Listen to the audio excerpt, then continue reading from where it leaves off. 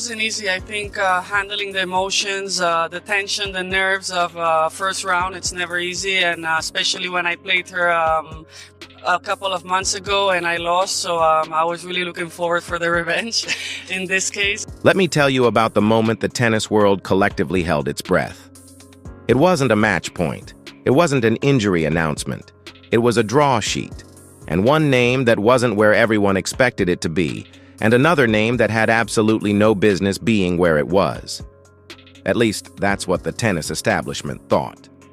Paula Badosa had fought her way back from the kind of injury nightmare that ends careers. She didn't coast back to relevance. She clawed, she ground, she earned every single ranking point with her body on the line. And yet, when the French Open entry list dropped, she was staring at it from the outside. Meanwhile, Alexandra Eala, 20 years old, still figuring out what tour life actually demands week after week, walked straight into the main draw. No qualifying, no brutal 3-round gauntlet, direct entry, just like that.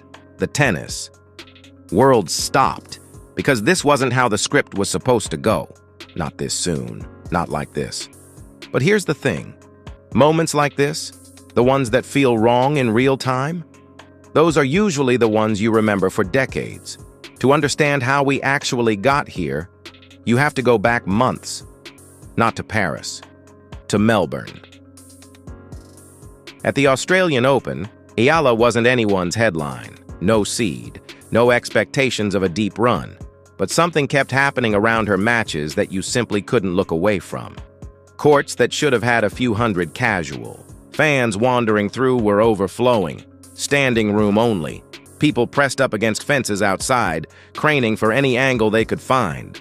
The Filipino community in Melbourne showed up like it was a home tournament, not a grand slam on the other side of the planet. And in tennis, that kind of energy travels fast. Tournament directors don't miss it. Broadcasters absolutely don't. Miss it? Sponsors? They were paying very close attention. Because tennis, for all its clay and tradition and tie-break drama, is also a business. And Alexandra Eala had quietly become very good for business. Then came Indian Wells. Then Austin, where she made a semi-final and showed something that mattered far more than talent alone. She showed that she could suffer. 4 matches back, no recovery days. Her body pushed past what most players her age have ever experienced, and she kept competing. She said herself that she needed to go through those situations to understand what it feels like to play deep into a tournament without the luxury of rest. That's not someone happy to be there. That's someone building something. By the time Miami arrived, the conversation had genuinely shifted. She wasn't the promising young player people were watching from a careful distance anymore. She was becoming a problem. Her shot selection got cleaner. Her movement improved. The way she constructed points started showing a tactical intelligence that typically takes years of tour experience to develop. Analysts who had been measured in their praise started speaking with real certainty. She wasn't just promising anymore. She was dangerous. Now here's where Badosa comes in. And this is where it gets genuinely complicated, because Paula Badosa is not some fringe player holding on by a thread. She's a former top 4 in the world. She's competed on Wimbledon's center court. She has beaten the best players alive on stages that matter. Her comeback from injury has been one of the more quietly compelling stories on tour over the past couple of seasons. The kind of story that doesn't get enough credit because it doesn't come wrapped in a flashy narrative. So when someone with that resume looks at a draw and sees a player with a fraction of her experience stepping in ahead of her, the disbelief is earned. It's not petty. It's not sour grapes. It's the completely natural reaction of someone who spent years operating on the belief that results determine everything, suddenly discovering that belief has conditions attached to it she wasn't told about, and that tension right there is the real story. Because tennis right now is being pulled in 2 directions simultaneously. On one side, you have the meritocracy that has always defined the sport. Rankings, results, points accumulated across hundreds of matches on every surface, in every condition, through every slump and comeback imaginable. You earn your spot. That's always been the deal. On the other side, you have a sport that has become something much larger than an athletic competition. Grand Slams are global entertainment events. They need players who carry narratives, who open doors to audiences that never cared about tennis before, who make someone on the other side of the world suddenly feel like this is their sport too. Eala does that in a way that barely a handful of players on the entire tour can match. To millions of people across the Philippines and Southeast Asia, she isn't just a tennis player. She is the tennis player. The first Filipino player to win a Grand Slam match, which she did at the US Open, carries a weight that no ranking spreadsheet will ever fully capture. When she walks onto a court, she carries a nation with her. And that nation follows her everywhere she goes, with a loyalty that tournament organizers have genuinely never seen before at this scale. Former players who understand what it means to exist beyond sport have noticed. When someone like Maria Sharapova, who built an entire second chapter of her public life on the power of global appeal, looks at Eala and recognizes something rare, that observation carries real weight. Sharapova didn't become iconic purely because she won. She became iconic because she understood how to be a story people followed whether they were watching tennis or not. And she sees that same quality in Eala. That's not a small thing.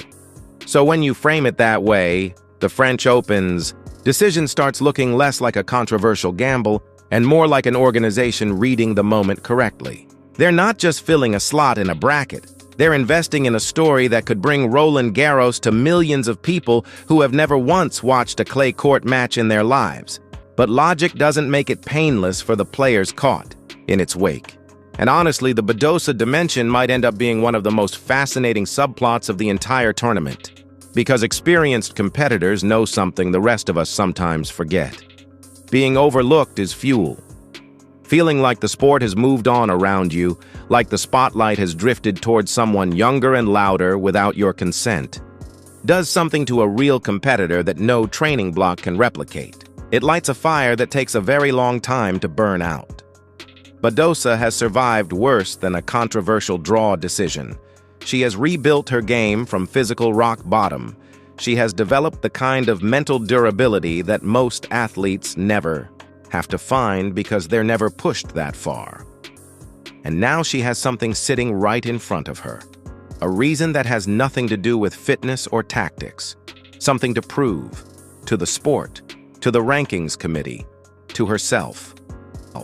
That is a dangerous combination for whoever ends up across the net from her. Meanwhile, Eala arrives at Roland Garros carrying something equally powerful, but pointing in the opposite direction. Momentum. The kind that builds when results start catching up to the hype. When the skeptics run low on ammunition, when opponents start treating you with a different kind of respect because they know you can actually hurt them. But clay is a different conversation entirely. Clay is unforgiving in ways that hard courts simply aren't. Points stretch longer, errors compound. The surface punishes players who force things, who rely on pace instead of precision, who swing without patience. It demands a tactical discipline that takes years to develop, and it has humbled players far more experienced than Eala during their first serious runs at Roland Garros. Her preparation this swing has reportedly been focused on exactly those demands, movement, building longer points, learning to compete in rallies that stretch beyond anything she typically sees on faster surfaces. That process involves losses before the adjustments stick. She's picked up clay wins this season, which matters. But there's a significant gap between winning matches on clay and thriving across 2 full weeks, where opponents arrive having studied every pattern you have, where your own tendencies become predictable, and where the physical toll compounds relentlessly with every round. The question isn't whether she belongs. The entry list already settled that. The question is how deep she goes when the weight of expectation fully lands, when the crowd that feeds her energy becomes pressure she has to manage, when every opponent is motivated by the singular idea of being the person who ends the story. because that's what happens the moment you're inside the main draw at Roland Garros. You stop being the underdog the crowd is rooting for. You become the player everyone wants to beat. And that psychological shift is one of the hardest adjustments any young athlete has to navigate. One more thing worth sitting with. Eala's inconsistency this season is not a flaw in her story. It might actually be the best part of it. There have been matches where her level dropped clearly. Moments where inexperience showed more than her supporters would have liked. Stretches where the gap between her best tennis and her average tennis was wider than comfortable. But none of that has dimmed the interest surrounding her. If anything, it's done the opposite. Because fans don't connect with perfection. They connect with process, with the genuine uncertainty of watching someone figure it out in real time. Sometimes getting it spectacularly right, sometimes coming up short in ways that clearly sting. Eala gives people that. She isn't a finished product being unveiled to the world. She's a work in progress being followed, and there is a profound difference in how those two things feel to watch. The Paris crowd is going to be its own subplot. Roland Garros audiences are passionate, deeply knowledgeable, and entirely unpredictable. They have been known to adopt players who capture something in them, to carry those players through matches on sheer noise, to shift the momentum of entire sets through collective will. If the Filipino fans travel to Paris in the numbers they've shown up in all season, and there is every reason to believe they will, Eala's matches are going to feel unlike anything else on that schedule. That environment can push a player beyond what their ranking or results would project as possible. It can also be overwhelming if the moment grows larger than the match. Learning to draw from that energy without drowning in it is a skill that only comes from experience. She's getting that experience right now, in the biggest classroom available. So here's where all of this lands. This is not a story about a ranking anomaly or a draw committee making a controversial call. It's a story about two completely different versions of what tennis actually values and what it owes the people who have poured their lives into it. It's a story about a sport in real transition, trying to honor what it's always been while chasing a future that looks nothing like its past. Badosa represents the traditional path, the grind, the belief that results should determine everything, that the work should always speak louder than the narrative. Eala represents something the sport is still learning how to measure, an impact that doesn't fit inside a ranking spreadsheet, but is absolutely real and absolutely reshaping what it means to matter in this game. The clay courts of Paris have hosted some of the most defining chapters in tennis history. Championships decided on margins so thin they still get debated. Careers that launched, legacies that hardened into something permanent. And quietly, underneath all of that history, the sport keeps moving forward.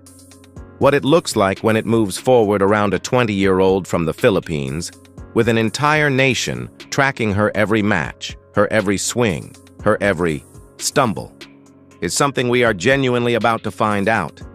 The draw is set. The courts are ready. And whatever unfolds over those 2 weeks in Paris is going to say something important. Not just about Alexandra Eala, not just about Paula Badosa, but about where tennis is going and who gets to help shape what it becomes.